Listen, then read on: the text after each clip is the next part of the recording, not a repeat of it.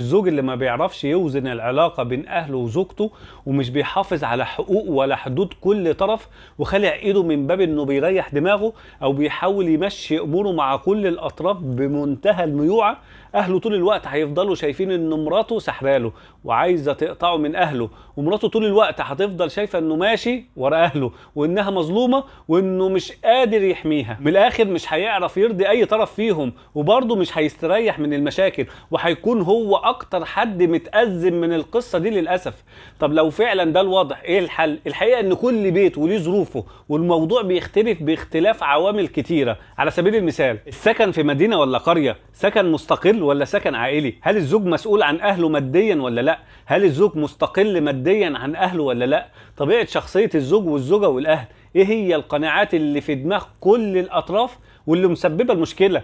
علشان كده كل بيت محتاج حل يناسبه على مقاسه، واي حل عام هيفضل برضه كلام عام، ويكون في مشاكل وعدم تفاهم بين الزوجين.